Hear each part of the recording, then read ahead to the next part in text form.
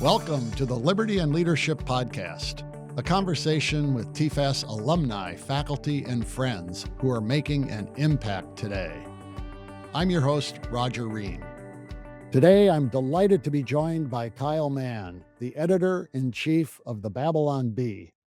Kyle is a comedian, satirist, writer, and podcast host who fearlessly blends humor into his hot takes. At the Babylon Bee, which is a satirical news site, he writes and publishes articles on topics that include politics, current events, censorship, and wokeness in comedy. Kyle has authored or co-authored numerous books, including his latest title, The Postmodern Pilgrim's Progress, an Allegorical Tale. In addition to being an accomplished comedian and writer, Kyle is a sought-after public speaker, and he recently joined us at our annual conference in Naples, Florida. Kyle, welcome to the Liberty and Leadership Podcast. Yeah, thanks for having me on. For those who aren't as familiar with the Babylon Bee, could you first talk a little bit about the origin story of the enterprise? Yeah, the Babylon Bee was launched in March of 2016, so right in the smack middle of the primaries, that ended up being won by Trump and Hillary. And it was a tumultuous time in politics, especially for conservatives and Christians who didn't know, what was going on with Trump all of a sudden gaining all this ground in the primaries. The guy who founded the Babylon Bee, Adam Ford, he had been running a little Christian webcomic for some years, and it gained ground. It was fairly popular in like the hardcore reformed Christian circles. Um, and he saw through the years, he saw onion headlines and recognized the incisive power of satire to communicate a point. So you can read these like short headlines that are 70 characters long or 80 characters long.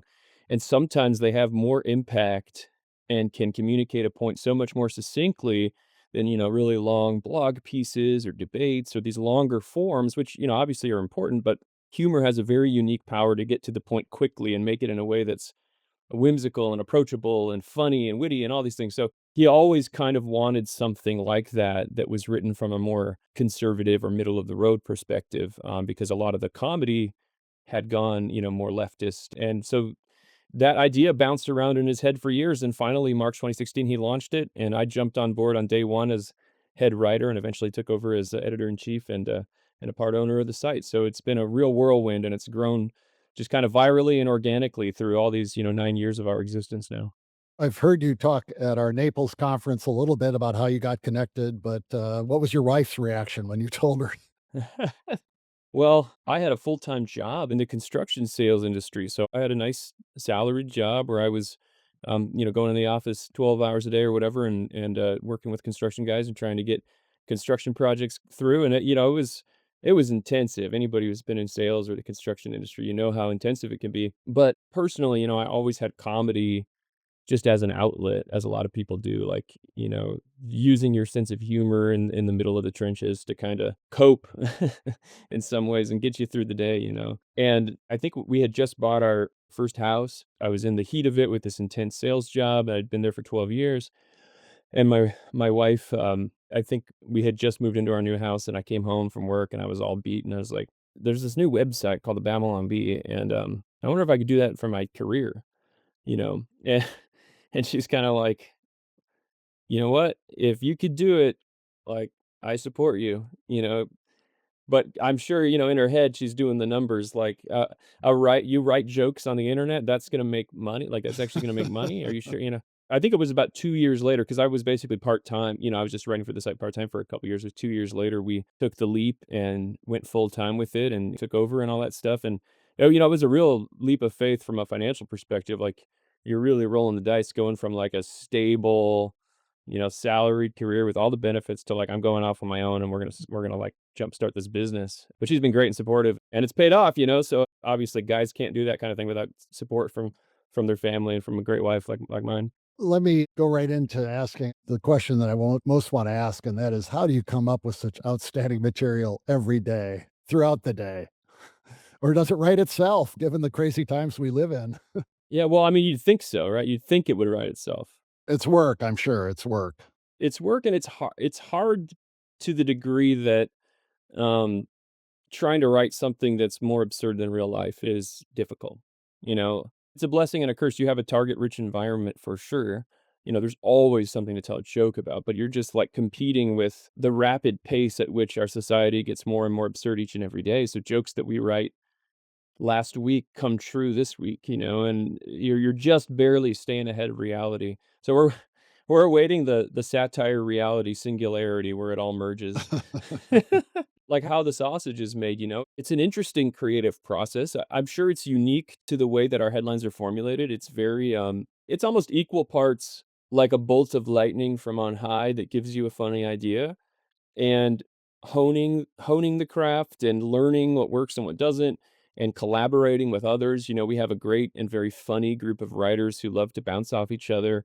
We'll do in-person meetings at our Southern California office where we joke around, and then we have a lot of writers that are scattered all over the country that are pitching headlines in our group chat, so you just have a constant flood from that, and it's trying to like a lot of times someone will pitch a joke and it's like, is there a nugget of something there that we can then, craft and chisel down into like the core essence of the great joke, so those are probably my favorite, are the really collaborative jokes where someone has a core idea and someone else comes along and punches it up. It's such a fun thing. I always try to remind myself if I'm ever stressed out or what, I just try to remind myself how good I have it being able to do this kind of thing for a living.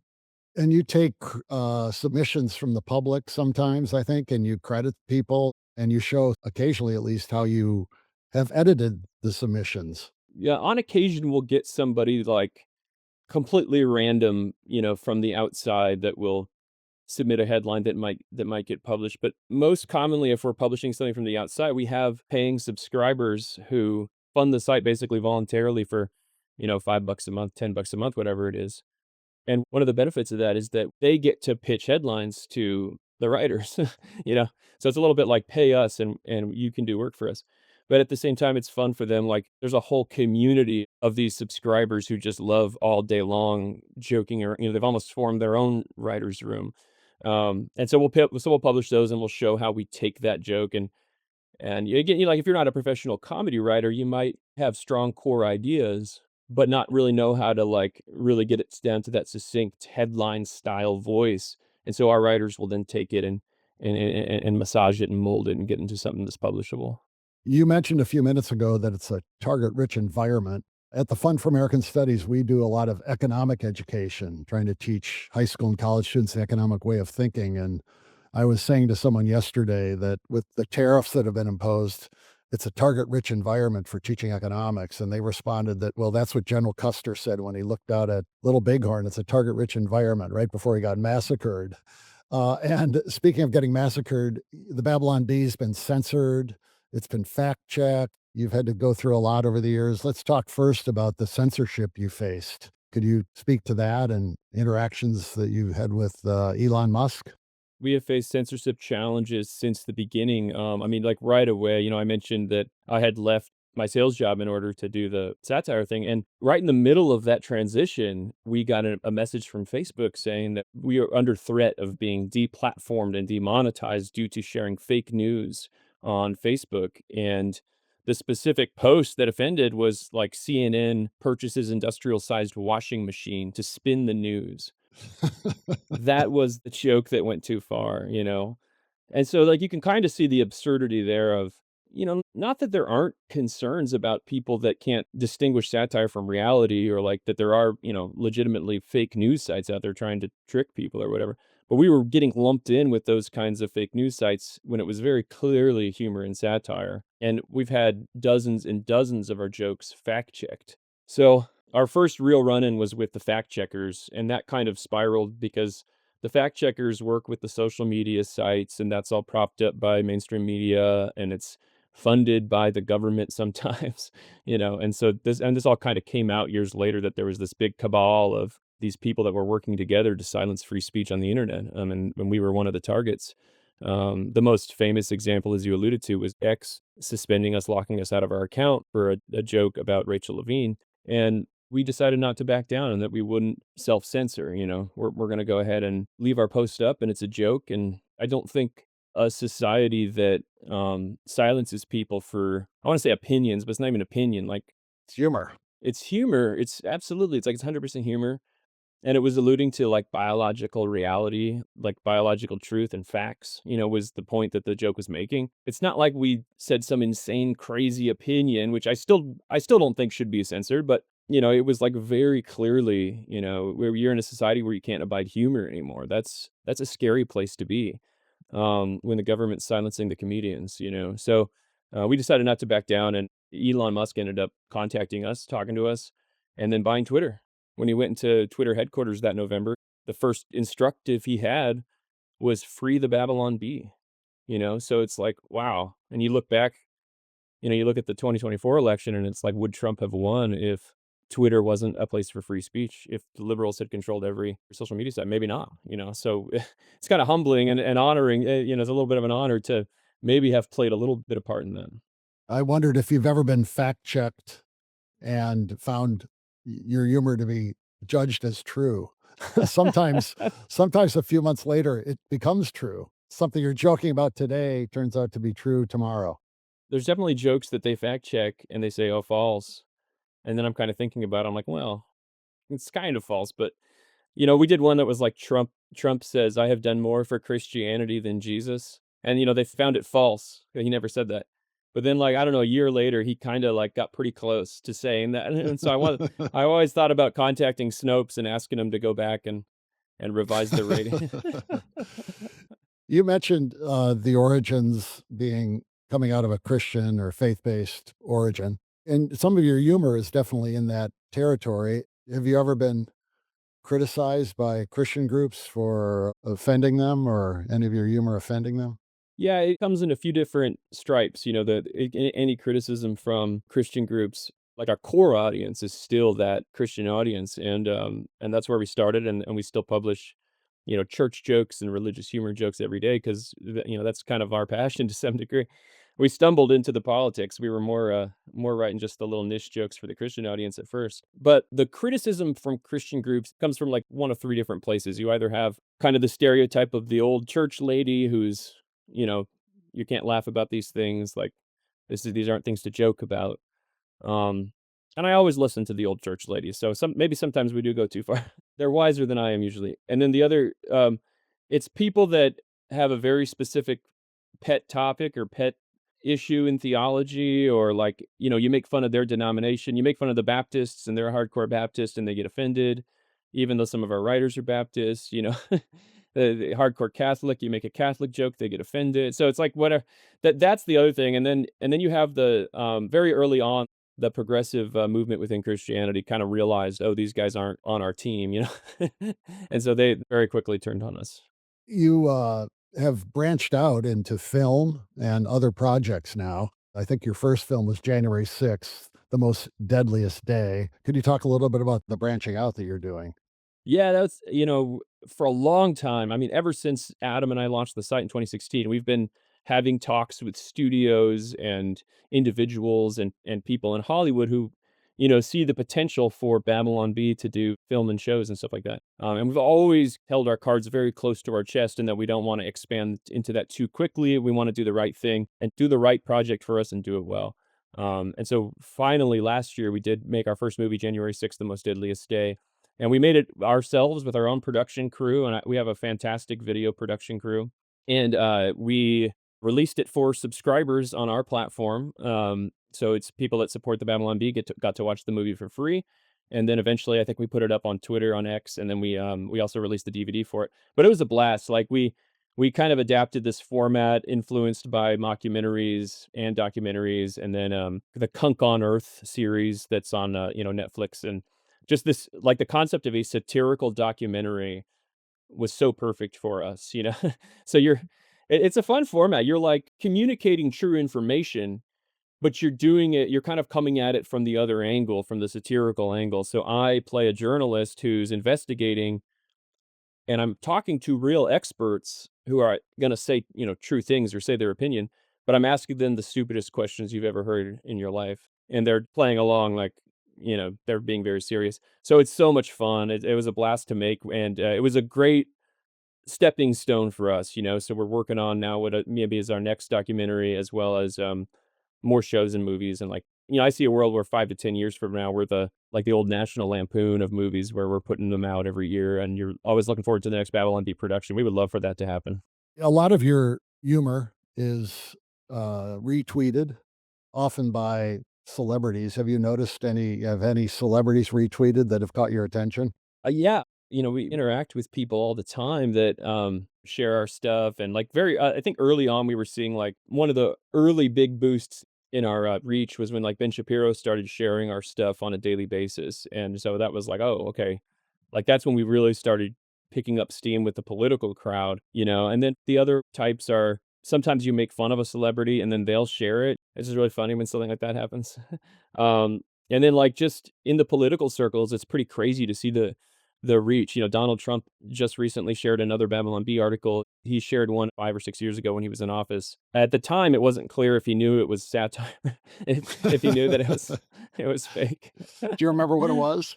I think it was during the election, right up before the 2020 election when everybody was banning that Hunter Biden laptop story. Yeah, yeah. And we had a joke that was like, because I think Twitter went down or something, like Twitter servers went down for a day. We joked like Twitter shuts down servers to make sure no one shares the Hunter Biden laptop story or something like that. And then he shared it like crazy. This is crazy. Yeah, and he did one recently as well? He shared the genius Trump leaks war plans to the Atlantic so no one will ever see them. That's a good one. I missed that one. Yeah, so he shared that and yeah, it's so funny. It's just constant entertainment. You had a great one just a week and a half ago, I think it was, that a judge was ordering Trump to return the astronauts to the space station, which I thought, was a great satire on what we're seeing in the courts these days. But are you able, just kind of off the top of your head, to share some of your favorite posts that you guys have done? Yeah, in terms of like my favorites of all time, as a writer, you're always excited about the next one. Like you're always excited about the one you're working on next. Like, it's like kind of a what have you done for me lately thing, like you write one, you get it up there, great, it's doing well. And then you're already like on to the next one. But like I said, I always like the old church jokes and stuff. I like general humor, like everyday life humor. I guess for me, it's always the ones where everybody is feeling something but doesn't know how to express it, or everybody's angry about something but doesn't know how to express it. And then you kind of throw the hand grenade in the middle. And then people start sharing it. It helps people feel less anxiety about the topic, um, have a little more hope for the future, laugh at things a little bit, take themselves a little bit less seriously. And then two, like we're making a good point, but people hadn't figured out how to like share that point, or express that point themselves. It makes them feel like they're not alone. It gives them something to share and talk about on a discussion point. One we repost every year that always does well on April Fool's Day. We always share the CNN publishes a real news story for April Fool's Day, and that always is classic. Yeah, a few years ago, I guess Jerry Seinfeld comes to mind saying he is not going to go perform on college campuses anymore because people can't take his humor or people get offended too easily and they get censored. And I applaud you for what you're doing because I do think in some sense comedy's been under threat for offending, and we had such a push for political correctness that it takes courage, I think, for people like the Babylon Bee and for other comedians to be willing to put themselves out there with humor because you never know what will offend. No, you're absolutely right, and that's like you do end up in this place in society where, cancel culture was a big thing. I think it's going away a little bit. Political correctness was a big conversation for a long time. I think it's going away a little bit. But yeah, you had people like the comedians were the last ones. Like they're the ones standing up and saying, "Hey, comedy is comedy. Like it's good. It's good for the nation to be able to laugh, and it's an important avenue for free speech. It's super important to protect comedy." So I'm glad that comedians on both sides of the aisle were able to kind of come together and push against that cancel culture stuff. I think we're at a moment where the established media is kind of rethinking their role. There have been a lot of changes. The White House has opened up the press corps. We had the same Naples conference you were at.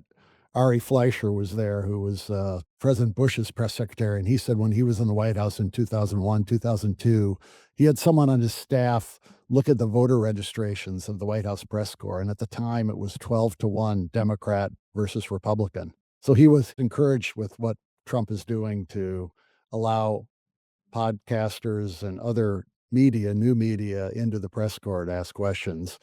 Has the Babylon Bee been invited in yet to cover the White House press briefing? Oh, we did apply. We applied for Good. press credentials. I don't know what has come of it, but we did apply. Can you imagine, like, how much fun that would be to have, like, a satirical news site, at the White House? Why not? That's fantastic. We really appreciate what you're doing. Appreciate that you came to Naples. It was wonderful to have you there. You had our donors and alumni rolling in the aisles, I think, with all the examples you shared. I know some who've told me they've subsequently subscribed to the Bee who hadn't been subscribers before. And what do you see in the future beside your filmmaking? Or you have other plans you can share with us today? Yeah, it's always trying to find that next thing, like that next like what's coming up in the wave of the comedic space, and trying to find gaps. It's like any business to some degree where you're trying to find those market needs that nobody's addressing. And I think there's still so many of them in the creative space for freedom-minded people, libertarians, conservatives, Christians. There's a lot of holes there that aren't being filled. So that's kind of what we're looking at. When it comes to the shows and films, is like what would be the next logical step for us to expand there, and then seeing what like where people are consuming comedy now and how that's changing. We put out a lot of comedy sketches on YouTube and they're fun, and a lot of them have done really, really well. At the same time, you look at the landscape, it's like kids are watching 7-second videos on TikTok. That's the attention span. You obviously want to push against that and you want to say, like, hey, let's get our youth consuming longer form content. At the same time, you have to go to those places and figure out, like, how is comedy changing. And I've been actually really impressed when you look at TikTok comedians, the art form of taking a joke and turning it into a 5-second video with no production cost it is an art form. Like, it has its limitations and it's probably going to destroy the minds of all our youth. But from a creative perspective, it's been really interesting to see that whole new form, so trying to figure that stuff out as us old guys try to figure out what a TikTok is. Kyle, thanks for being with us today on the Liberty and Leadership Podcast. Thanks for all you're doing on behalf of free speech, for preserving comedy in our culture. We love the Babylon Bee, and thank you so much for your time today. Well, thank you guys. Thank you guys for everything you do as well. Thank you for listening to the Liberty and Leadership Podcast. If you have a comment or question, please drop us an email at podcast@tfas.org. And be sure to subscribe to the show on your favorite podcast app and leave a 5-star review. Liberty and Leadership is produced at Podville Media. I'm your host, Roger Ream, and until next time, show courage in things large and small.